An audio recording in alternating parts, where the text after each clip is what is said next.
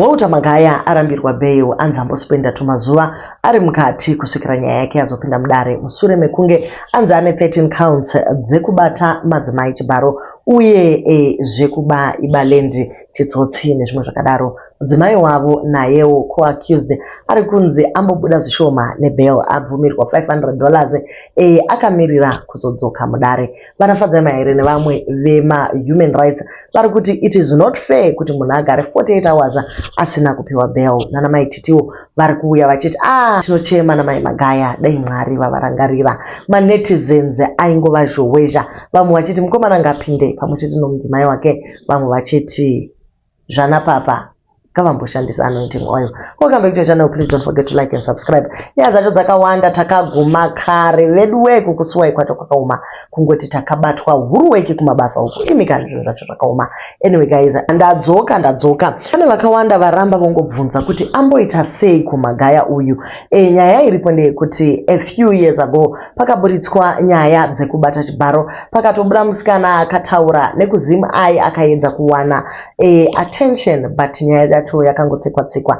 As soon as she came through, pane vamwe vakauyawo vachiuya forward nenyaya dzavo dzakasiyana-siyana, asi nenyaya yekuti panga paine mari yakati wandei, nyaya dzacho dzakagona kutsikwa. Izvezvi zvinenge zvaramba. Tatelicious ari kuti inyaya yekuti akanyima ZANU-PF mari yekuenda kuconference. Ndo mashoko eumwe enyika kuti ichokwadi kana kuti nema. Munongozivawo nyaya dzaTatelicious. Vanhu vari kusungwa panyaya iyi 4 legal persons. You find out kuti 2 of them they are companies. So tukuvati legal persons kuti kuti chinzwanane. So pana Magaya Walter nemudzimai wake Tendai Magaya. Pobva paita kambani yavo Planet Africa Private Limited, then zvakare poita Yada Connect Private Limited, ndo 4 zviri kupinda mukoti. So nyaya iripo ndeyekuti vaMagaya nemudzimai wavo vakadecida kutenga land or kuadvertise kuti tine land yata acquire. So they lied kuma members congregation vakati ivo vane land kuti Shawasha ku Norton Westgate, Fen Valley, Motare, Bulawayo, Kwekwe, Acturas, Ruwa, Manyame, Nyatsime for building houses for church members and the general public, for farming, for beekeeping and for mining projects. Vadaro vakabva vashandisa power yavainayo neinfluence kuti vapersuade macongregants PhD ministries kuti vainveste in this venture. Kuri kunzi zvakare bamnina ava vaiwanzotoparidza nezvazvo vachiti dema tengawo stand. Unoona murume munhu mukuru ane ndebvu nemudzimai akarongedza pachipfuva asina stand. Vanhu veministry vakati bodozve ipapa ndo pedu. So they misrepresented kuti vane available stands ivo vasina zvachose. After persuading macongregants pakabvumiranwa kuti vachange vaine monthly installments nemadeals are suitable for everyone. Vari kuti ivo vakauya nepamphlet muchechi ikaratidzwa kuvanhu vese kuti iyi ndo development phase 1, phase 2, phase 3 vachishandisawo mapicture aivepo. Dzimba dziya hadzina kuzombowanikwa zvachose. Kuri kunzi vakanyanyisa kushandisa zvakare Genesis 13 verse 9 which says a vast land is out there and available for you. Ndo zvava zvakanyikwa papamphlet kuti kune nyika izere uchino mukaka. The accused further misrepresented by advertising mining, farming and beekeeping projects which they said would assist members in building their houses and encourage them to invest in projects aya. Then projects aifanira kurana achivapa 50% interest after 6 months dzekumaina nefarming nezvese. Vaibva vazotora mari iyi vobva vaidzosera kuya kwavai vakadzimba. So amai Magaya vari kupindirei panyaya iyi? Mai Magaya vari kunzi since zvanga zvichiitwa as a couple mama vachimanyawo nemaadverts kureva kuti vaitoziva kuti chinhu ichi hachiexiste. Number 1. Number 2, director zvakare wemakambani aya zvataitaura kuti unongonzi nemufesi wako handiwa watova director, tora kambani iwongobayira masignature unonyura nezvinhu zvisina basa. As a result vanhu vese vakabhilivha kuti aiwa ndozviri kuitika izvi, vakamirira zvakare mainterest avo kuti awande but hapana chakamboitika. So kuti maintain hope muvanhu kuti varambe zvakare vachiwana mari 2017 vakaenda kuna Gideon Gono ndobva vati ngatiitei farming contract kuDonington farm yake.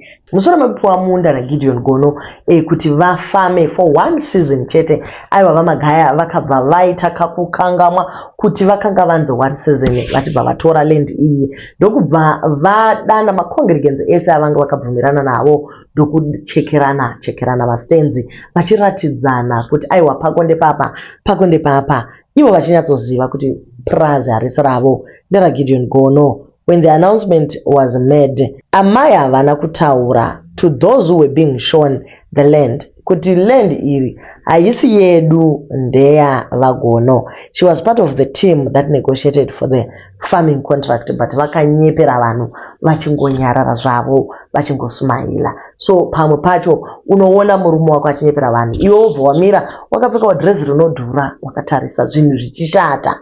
Ndo pamunofira ipapo. Then isusu kumadzimai tobata dai amai vahwirwa tsitsi vaidya vose. Naika ndoziva kuti varipo wePhD nhasi zvangu aiwa indiri kungotaura sezvazviri. Then pana co-accused apindawo musecurity wavaMagaya akaita obstruction of justice apo mapurisa akauya achida kusunga mukomana. Saka ava baba vakaedza by all means kuti varwe namapurisa vachiti ino private property, you guys are not allowed to come in. But kana mapurisa asvika pamwe pacho vanotoita zvekutokava dhoo, unobva wangoziva kuti pangu pandiperera. Zvimwe zvacho hazvidi kuita hiro wobva watanga kurwa. But nyaya yabamunini ava vekurwisana namapurisa nayo yapinda mudariro vari panyaya iyoyo yaFelix Chikondo, the co-accused security waMagaya. Mufesi wedu Tigonzi abva angodecida kuti aiwa mukomana uyu ndandichitomutsvaka akanditengesera mota isina mapepa akadya mari yangu. So ati iye a letter to the president Mnangagwa, His Excellency, I write to you as a citizen who has ran out of options to be able to recover my $6,000 I lost in the hands of that man Aripadivi Pawota Magaya Muma handcuffs. He sold me an unregistered car with fake number plates only to start running away from me just a day after I discovered the problem. He told me he was gonna return my money and take his car back, and he ran away from me for over a year now. VTS took my car. This is the first time I'm seeing his face. His name is Tapua Chikondo. He is said to be Walter Magaya security. I tried to reach out to Walter Magaya for help, but I only got $30 for fuel, and he asked me to come the next day, and he avoided me since then. I bought this car in the Yada Hotel premises. I have reported my case to the Waterfalls police station and the anti-corruption of Zimbabwe. The anti-corruption told me they are done with investigations 6 months ago, but up to this day, I have no idea on what to do. Please help, Mr. President. I've been threatened, but I have always believed, and I know we have a great president. I have my agreements of sale and everything, and thank you in advance. Diti Gonzi uyo ari kutoti anga achitovatsvaga baba ava paangoona fesi yava vatongoziva kutoti ndiye munhu wangu uyu. Imikani zvinhu zvacho zvakaoma. But anyway, regai timbozorora mbichana nyaya yacho inoputsa musoro. Kune vaya vanobhadhara mafuneral policy tinogara yeuchidzana kuti ko ukadyiwa neshumba, ko ukawira munyanza, kana pasina bhodhi hapana mari, mhuri yako inosara ichiita sei? Wabhadhara funeral policy for a very long time. Tiri kuti isusu tiri kukupai a deal rinoita kuti mupuwe cash whether pane bhodhi kana kuti hapana bhodhi. Diaspora cash funeral policy covers your immediate family. It also covers your extended family. Tinoziva kuti imi vekudiaspora ndimakabata chero vasara kumusha. So tiri kuti isusu munhu wese mucomment section pane link rinokuendesai ikoko. With pay up to £30,000 kana uchinge washaikirwa imari inogona kukubatsira kuti zviendeke. Mucomment section ndo mune link racho. Pane 13 counts dzekubata chibharo zvakaitwa navaMagaya. Nyaya dzacho dzimwe dzakataurwa pano asi vamwe vatokangamwa. So pane vasikana vakawanda vari kuti ivo indakabatwa chibharo, baba vaenda kugomo, indakabatwa chibharo, taisangana kune imwe imba yavanorenta, vanongotora vasikana voenda kuya vonorara. Amai vanonzi vanotena a blind eye, pamwe pacho maybe havasi kuzviziva. Pane madzimai emucheche anoshandisa vaiswa kuti vasanganise profeti nemhandara dzemuchechi. Vamwe vakati aiwa vakomana ava vanoita tape anointing yavo kuna TB Joshua uyo akazoburitswa documentary rake achiratidza kuti ane mapowers anowana mukurara nevasikana ava. Saka 13 counts dziya dzabva dzangosumudziwa. Aiwa mhepo dzasumuka. Manje takaona vamagaya vari kumountain uko vachinamata 40 days and 40 nights zvichingopera vachitodaniwa kunzi aiwa wakupinda. So guys, amaititi vatiwo vedu weka vakadzi vemaprofets nemapastors ndo vanhu vari panguva yakaoma. Kana musingazvizive musavaone vachichena nokupfeka mafascinator nekunyemwerera. These women carry heavy burdens. The sad part they can't share. Vanotodawo kunamatirwa ivo vana maimufundisi ava. Zvandiri kutaura izvi vanotozviziva.